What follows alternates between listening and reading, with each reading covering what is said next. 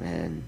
우리 하나님 말씀 같이 봅니다. 느헤미야 5장 1절에서 13절까지입니다. 오늘은 이 느헤미야 시대에 있었던 그 시대상을 말씀해 주고 있습니다. 한 절씩 교독합니다. 때에 백성이 그 아내와 함께 크게 부르짖어 그 형제 유다 사람을 원망하는데 혹은 말하기를 우리와 우리 자녀가 많으니 곡식을 얻어먹고 살아야 하겠다 하고, 혹은 말하기를 우리의 밭과 포도원과 집이라도 전당 잡히고 이 흉년을 위하여 곡식을 얻자 하고, 혹은 말하기를 우리는 밭과 포도원으로 돈을 빚내어 세금을 바쳤도다. 우리 육체도 우리 형제의 육체와 같고 우리 자녀도 저희 자녀와 같거늘 이제 우리 자녀를 종으로 파는도다. 우리 딸 중에 벌써 종된 자가 있으나 우리의 밭과 포도원이 이미 남의 것이 되었으니 속량할 힘이 없도다. 내가 백성의 부르짖음과 이런 말을 듣고 크게 노하여 중심에 계획하고 기인과 민장을 꾸짖어 이르기를 너희가 각기 형제에게 치리를 하는도다 하고 대회를 열고 저희를 쳐서 이르기를 우리는 이방인의 손에 팔린 우리 형제 유다 사람들을 우리의 힘을 다하여 속량하였거늘 너희는 너희 형제를 팔고자 하느냐, 더구나 우리의 손에 팔리게 하겠느냐 하매 저희가 잠잠하여 말이 없기로 내가 또 이르기를 너희의 소위가 좋지 못하도다. 우리 대적 이방 사람의 비방을 생각하고 우리 하나님을 경외하며 행할 것이 아니냐. 나와 내 형제와 종자들도 역시 돈과 곡식을 백성에게 취하여 주나니 우리가 그 이식 받기를 그치자. 그런즉 너희는 오늘이라도 그 밭과 포도원과 감나원과 집이며 취한 바 돈이나 곡식이나 새 포도주나 기름의 100분의 1을 돌려보내라 하였더니 저희가 말하기를 우리가 당신의 말씀대로 행하여 돌려보내고 아무것도 요구하지 아니하리이다 하기로 내가 제사장들을 불러 저희에게 그 말대로 행하리라는 맹세를 시키게 하고 13절 합독하겠습니다. 내가 옷자락을 떨치며 이르기를 이 말대로 행치 아니하는 자는 하나님이 또한 이와 같이 그 집과 산업에서 떨치시니 저는 곧 이렇게 떨쳐져 들지로다 하매 회중이 다 아멘하고 여호와를 찬송하고 백성들이 그 말한 대로 행하였느니라. 아멘. 예, 오늘 여기에 보면 이제 이스라엘 백성들이 이제 성벽도 다 정리하고 하나님 앞에서 세워졌습니다.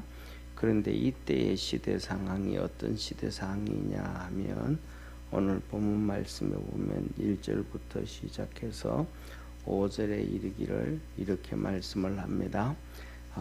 백성들이 아내와 함께 같이 나와서 크게 부르짖으면서 이제 유다 사람들을 원망합니다. 유다 사람을 원망했다. 이 말은 사실은 뭐냐면 유다 사람들 전체를 원망했다라기보다는 세상 옷에 말로 하면 뭐라 그럴까, 악한 사람이라 그럴까, 악덕업자라 그럴까, 못된 사람들을 얘기합니다. 그래서 그 시대가 얼마나 가난하고 흉년이 찼고 힘들었는지를 얘기해 줍니다. 이제 그러면서 첫 번째 소리를 지르기를 우리하고 우리 자녀들은 이제 쉽게 말하면 거지로 살아야 되겠다. 돌아다니면서 밥 한 그릇 얻어먹고 돌아다니면서 이거 해야 되는 그렇게 곡식을 얻어먹고 살아야 된다. 더 이상 우리가 집에서 쌓아놓고 뭐 할 수가 없다. 이렇게 어려움을 얘기해요. 그리고 그다음에 또 어떤 사람들은 그럽니다. 밭과 포도원과 집이라도 전당 잡히고 곡식을 얻어야 된다. 예, 막 그 어려움 가운데서 이제 먹을 게 없으니까 밭도 포도원도 집도 있는데 거기에 소출이 너무 없으니까 결국은 뭐라 그럴까, 그런 것들을 전당 잡히고 곡식을 얻어 먹어야 되고 결국은 그렇게 되어지면 뭐 다 잃어버리는 거죠, 그죠? 그 다음에 보통 우리가 밭과 이 포도원을 빚내서 전당 잡혀가지고 벌써 세금을 냈다. 그래요. 그 다음에 그런데 중요한 것은 뭐냐면 우리 육체나 이 부자들의 육체나 우리의 자녀나 이 부자들의 자녀나 다 똑같은 형제다. 왜냐하면 이스라엘 백성들은 이 이삭에게 두 아들이 있잖아요. 야곱하고 에서가 있습니다. 그래서 있는데 이 에서는 이스라엘이 아닌 거예요. 에서는 나중에 에돔 족속이라고 하는 에돔 족속이 돼요. 에돔 나라가 되어져요. 세일산을 중심으로 해서 에돔 나라를 세우거든요. 이게 에서예요. 예, 그래서 나중에 우리가 잘 아는 것처럼 예수님이 십자가에 못 박히실 때 헤롯이 등장하잖아요. 그때 헤롯, 이 헤롯 왕이 에돔 족속이에요. 에서에. 그러니까 그리고 그다음에 이 야곱에게는 12아들이 있었잖아요. 이 12아들을 중심으로 해가지고 세워진 나라가 이스라엘이에요. 그러니까 이스라엘은 전부 다 한 형제란 말이야. 한 형제. 그러니까 니들이 말하는 거예요. 내나 당신이나 내 아들이나 당신 아들이나 우리 형제나 당신 형제들이나 다 같은 형제들이 아니냐. 그렇게 지금 얘기하는 거예요. 그런데 중요한 것은 우리의 자녀들이 종으로 팔려가야 된다. 아들들이 종으로 팔려가야 되고 그렇게 되어지면 대가 끊어지는 거잖아요. 그 다음에 딸들은 벌써 팔려간 딸들도 많다. 그런데 딸들을 팔려간데 다시 사올 수도 아들이 팔려가는데도 그것을 막을 수도 있는 힘이 없다. 우리가 그들을 속량할 수 있는 건져낼 수 있는 힘이 없다 하고 이 단식을 하는 거예요. 이렇게 되어진다는 얘기는 벌써 뭐냐면 두 가지가 사건이 터지는 거예요.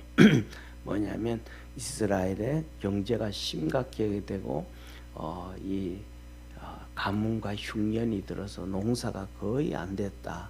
이러다 보니 이것이 계속 쌓이다 보니까 이런 문제가 터지게 되어지고 그 다음에 더 나아가가지고는 이런 일들이 계속 쌓이다 보니까 부자들도 자기들이 언제 어떻게 되어질지 모르니까 그 사람들도 자기들의 더 이렇게 돈을 모아야 되는 우리나라 뭐 나라마다 다 다르지만은 제가 생각하기에는 그래요.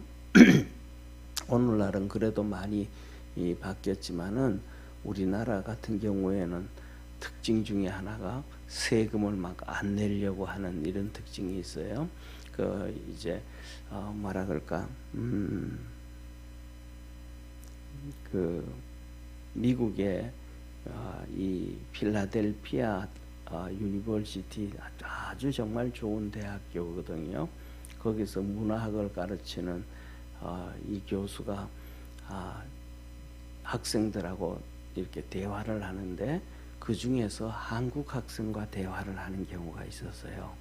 그런데 한국 학생 되는데 그런데 그 필라델피아의 한인 학생들이 있잖아요.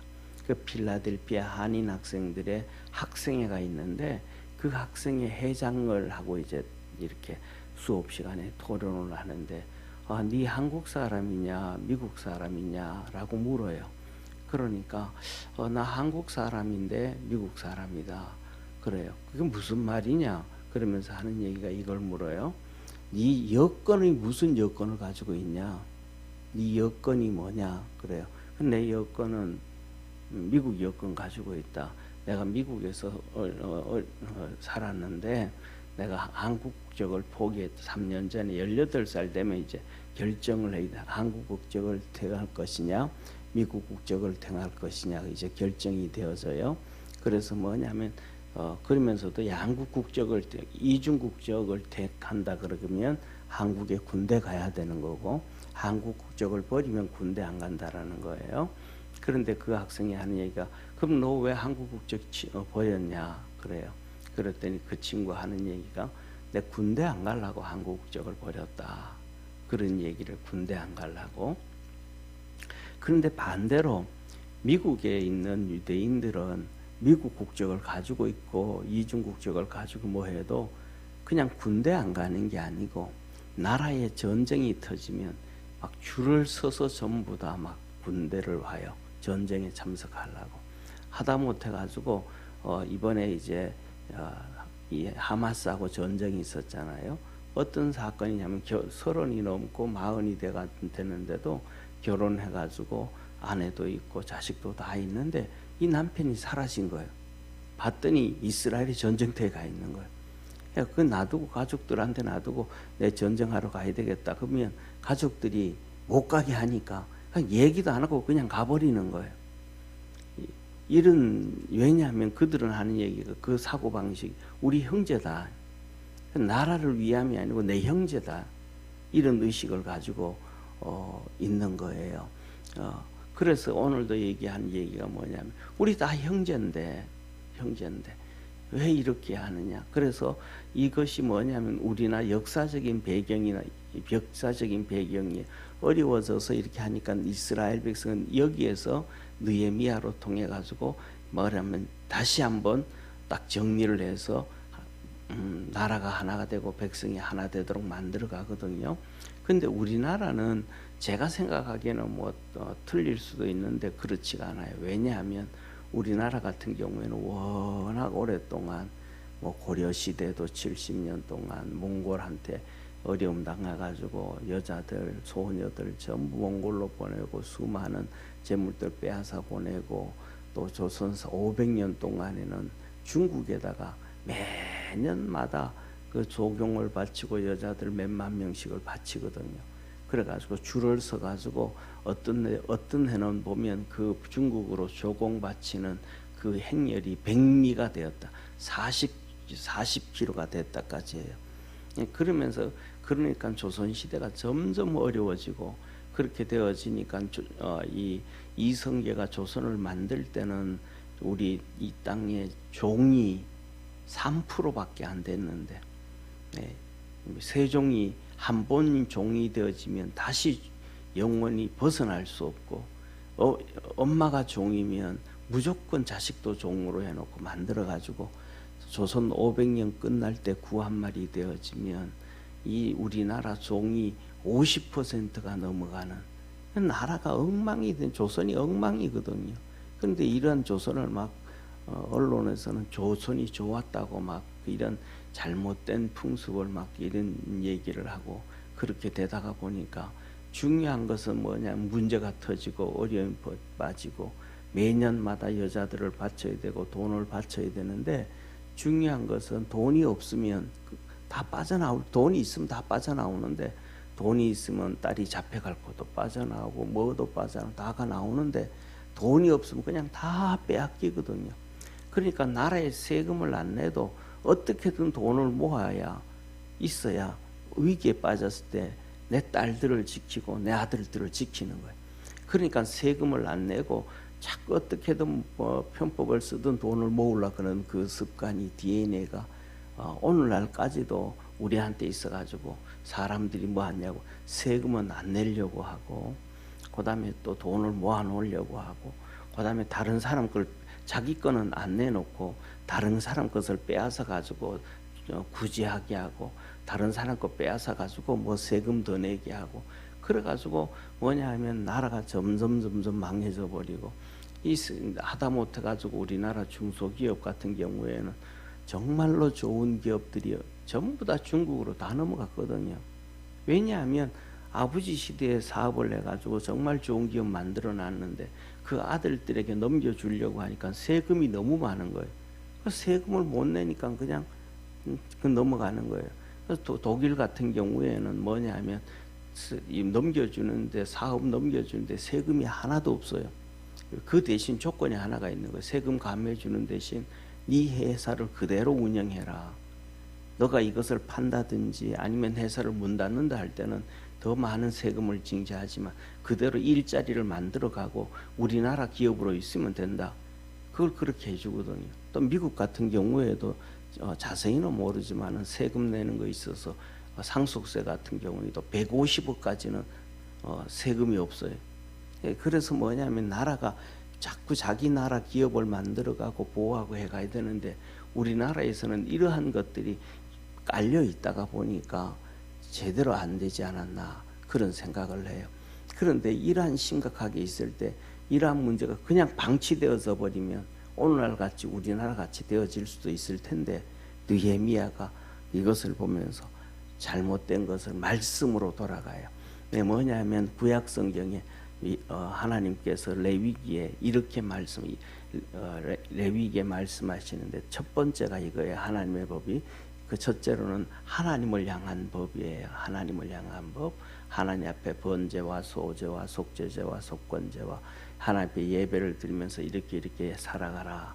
이게 이제 하나님께서 하시는 이스라엘의 시민이 법이에요. 하나님을 향한 율법부터 시작해서 법이에요. 그 다음에 두 번째로는 이스라엘 백성들에게 허락하신 생활법이 있어요. 생활법. 이것을 다른 말로 하면 시민법이다. 이렇게 말씀을 하셔요. 그래서 우리 예를 들면 이제 우리나라 같은 경우에는 이렇게 시골에서 살다가 보면 소를 잘못 붙들어 매놔 가지고 소가 이렇게 풀려 가지고 남의 이렇게 밭을 다 망가뜨릴 때가 있잖아요. 그럼 우리나라 속담에서는 우리나라는 뭐라 그래? 아이고 알지도 못하는 짐승이 그랬는데 뭘 그러냐고 넘어가자고 이렇게 넘어간단 말이에요. 그런데 하나님은 그것을 그냥 넘겼지 않아요. 그것은 네가 소 주인이 손을 제대로 붙들어 매놓지 않았기 때문에 그런 것이다. 그러니까 그 주인이 책임을 져라. 쉽게 말하면 이 밭 하나를 콩밭을 다 망가뜨렸는데 작년에 이 콩밭에서 콩이 정상적으로 이렇게 날 때 10가마니를 낳았다 그러면 10가마니 값을 지불해줘라.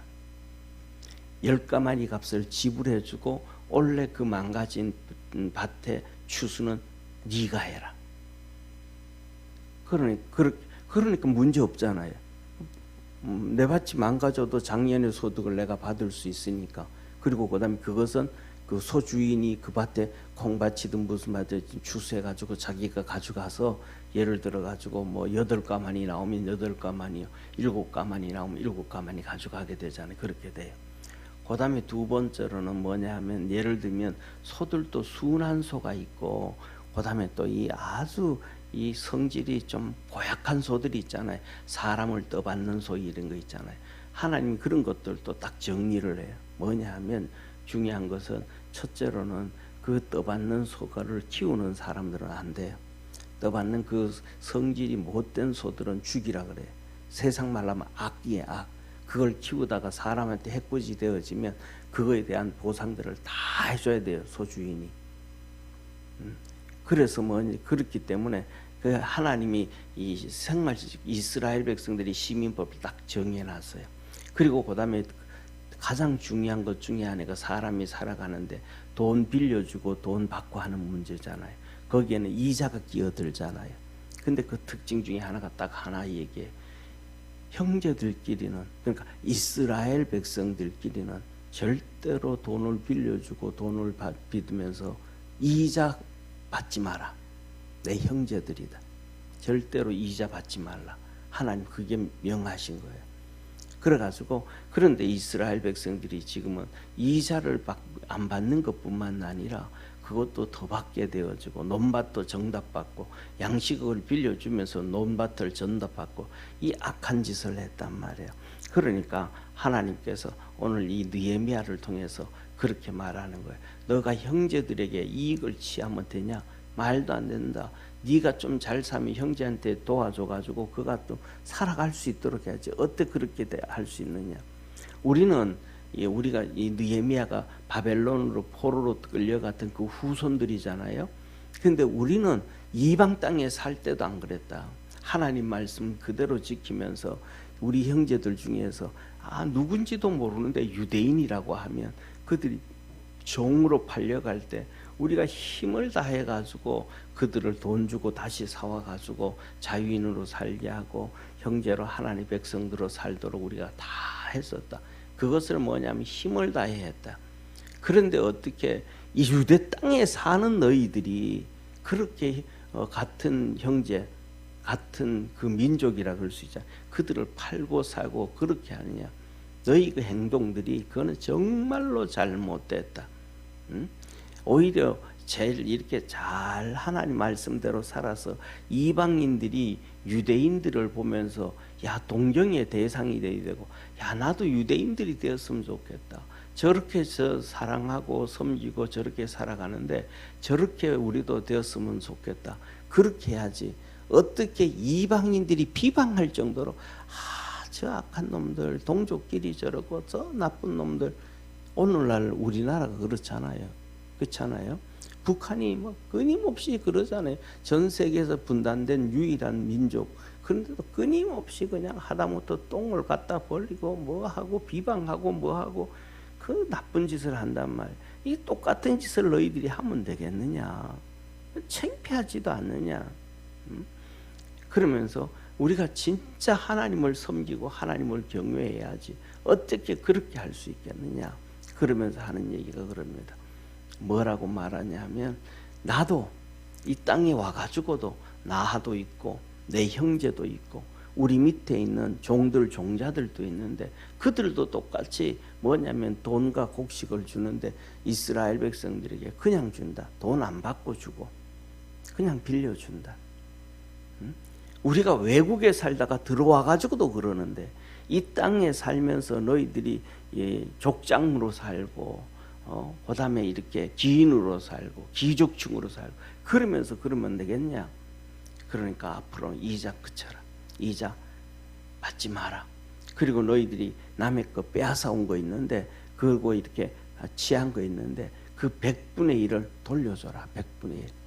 이제 뭐 10분의 1 돌려주라 그러면 막 그만큼 많은 돈을 어떻게 다 돌려줘? 이러다가 뭐 이 사람한테도 10분의 1 주고 이 사람한테도 10분의 1 주고 이 사람한테도 10분의 1 주고 예를 들면 10명한테만 10분의 1 주면 그러면 자기는 거지가 되잖아요. 그러니까 100분의 1만 줘라. 100분의 1. 100분의 1. 그래서 100분의 1을 줘도 10명만 주면 자기 재산이 10분의 1이 축나는 거잖아요. 그러니까 100분의 1만 돌려줘라. 그렇게 느헤미야가 얘기하는 거예요. 그랬더니 이들이 다 그렇게 하기로 하고 우리 그렇게 하겠다고. 이들이 진짜 하나님 말씀을 듣고는 이 엄청난 손해를 감수하면서 네가 이렇게 할 수 있잖아요. 너가 이제 이방 땅에서 살다가 와가지고 여기 와서 얼마나 됐는데 그런 소리하고 함부로 얘기하고 막 이래 하냐고. 네가 이 땅에서 한번 살아봤냐고 하면서 막 싸울 수도 있잖아요. 그렇죠? 그런데 싸우지도 안 하고. 그 다음에 그들이 막 얘기를 하면서 네가 우리의 머리 되려고 하냐, 네가 우리 다스리려고 하냐 하면서 막 뭐라 그럴 수도 있는데 하나님 말씀 앞에서 그러지도 아니하고 자기들 다 내놓고 그렇게 할게라고 얘기합니다. 그랬더니 제사장들이 앞장을 서는 거예요. 제사장들이 앞장을 서서 그러면 말로만 그렇게 하지 말고 하나님 앞에 서원을 해라. 하나님 앞에 서원을 해라. 그랬더니 우리 서원할게. 그러면서 이제 쉽게 말하면 이거 보세요. 주머니를 이렇게 다 털고 손을 이렇게 털면서 만일 너희들이 이 서약을 지키지 아니하면 하나님께서 너희 모든 재산을 너희 모든 것들을 이렇게 털어버리시고 없애버리시기를 원한다. 그랬더니 그들이 뭐예요? 아멘 하고 정말로 하나님을 찬송하고 자기들이 손해를 보는데도 하나님 말씀으로 살아갈 수 있게 격려해줘서 하나님 앞에 찬송하고 그 약속들을 다 지켰더라. 저와 여러분 우리가 뭐냐 하면 하나님 말씀으로 돌아갈 수 있는 축복의 성도가 되기를 축원합니다. 오늘을 살아갈 때는 우리 교회에서 옛날에 한 10년은 된 것 같아요. 교회에서 이제 장로님들이 모여서 노예 장로님들이 와서 이제 우리 교회에서 원례를 하고 우리 교회에서 식사 대접하고 그랬었는데 그때 이제 목사 장로님들이 예배를 드리고 그 원례를 하는데 예배를 드리는데 저보고 설교를 좀 하래요. 원래 이제 그 교회 목사님이 설교를 하는 게 자기들의 이렇게 지금까지 내려오는 전통의 룰이래요. 그래가지고 이제 뭐 장로님들밖에 없으니까 이제 예배를 드리면서 설교를 하라 그래서 하는데 성경에 기록되어진 장로들의 역할들 그것들을 이렇게 설교를 했어요. 설교를 했더니 끝나고 난 다음에 70이 넘은 장로님이 은퇴하신 장로님이 와가지고 저보고 그런 얘기에 목사님 정말로 고맙다고 자기가 30년 전에 장로가 될 때는 진짜 성경에 기록된 대로 그런 장로가 되려고 마음을 먹고 했었는데 어느 순간 그거는 다 잊어버리고 습관적이 되어지고 세상 방법대로 되어지고 모든 장로들이 하는 방법대로 그냥 가고 말씀과는 너무 떨어져 가지고 잘못돼 가지고 왔다는 거예요. 예. 그런데 중요한 것은 뭐냐면 우리 장로들의 모임이 한 달에 한 번 모일 때도 있고 분기별로 모일 때가 있는데 가서 이렇게 예배를 드리면 목사님들이 그 장로들이 기본적으로 해야 될 것보다는 그냥 장로들의 눈치 보면서 이렇게 설교하고 끝난다는 거예요. 그런데 그 말씀을 다시 기억하게 해줘서 너무 감사하다고, 다시 자기가 지금은 은퇴 장로지만은 다시 한번 하나님 앞에 바로 설 수 있도록 설게 될 수 있는 말씀을 기억나게 해줘서 고맙다 그러더라고요. 그것 보면서 제가 오늘도 새벽 예배 준비하면서 진짜 느헤미야가 한 명이 이렇게 귀인들과 족장들을 변화시키고 나라를 변화시켜 가지고 2000년이 지나고 2500년이 지난 지금까지도 그들의 그 뿌리가 그대로 내려오게 되어진 것을 바라봅니다. 저와 여러분 우리도 오늘 이 본 말씀을 보면서 하나님 말씀으로 돌아갈 수 있는 우리의 습관, 우리의 생각, 내 뜻, 내 방법, 내가 생각하기엔 이것이 옳다라고 하는 것들도 말씀으로 돌아가서 바꿔져 갈 수 있는 우리 축복의 성도가 되기를 주의 이름으로 축원합니다. 기도하겠습니다. 전능하신 하나님 아버지, 우리는 우리가 가지고 있는 지식으로 사는 것이 아니고 먼저 살았던 믿음의 성도들이 세상 사람들이 이렇게 살아야 된다라고 얘기하는 것으로 살아가야 되는 것이 아니라 하나님 말씀을 붙잡고 말씀으로 돌아가야 됨을 우리는 믿습니다. 오늘도 하나님 앞에서 그렇게 믿음으로 달려가는 축복의 성도들 되어지도록 도와주옵소서. 이스라엘의 이 족장들 또 귀인들이 하나님을 몰라서 그렇게 살아가는 것이 아닐 것입니다. 환경이, 상황이, 여건이 그들을 죄악의 길로 가게 하고 또 잘못된 길로 가게 하고 조상들의 유전이 또 가르쳐 준 것들이 또 그들을 생각 없이 그들도 그 길을 걸어갔을 것입니다. 그러나 느헤미야의 설교가, 느헤미야의 메시지가 다시 하나님의 말씀을 근거로 해서 이렇게 해야 된다 할 때 그들이 아멘 했고 그들이 맹세했고 그들이 그렇게 말씀대로 지켰고 하나님 앞에서 그렇게 행하였습니다. 그래서 이스라엘 백성들 가운데 좋은 뿌리를 만들었고 하나님 역사를 이루어갔고 그것이 오늘날도 아버지 하나님 나라가 전쟁에 빠지든지 어려움에 빠지면 나라를 구하려고 자기 형제들을 구하려고 달려섭니다. 또 이로부터 시작해서 아버지 하나님 또 450년 500년이 지난 이후에 바울도 얘기합니다. 내 형제가 구원을 얻는다면 자기가 지옥에 가도 감수하겠다라고 얘기하며 내 형제는 우리 이스라엘 백성이라 라고 얘기를 했습니다. 우리 모든 믿음의 성도들도 그렇게 말씀대로 살아가게 도와주시고 우리나라의 대통령도 또 위정자들도 그 다음에 국회의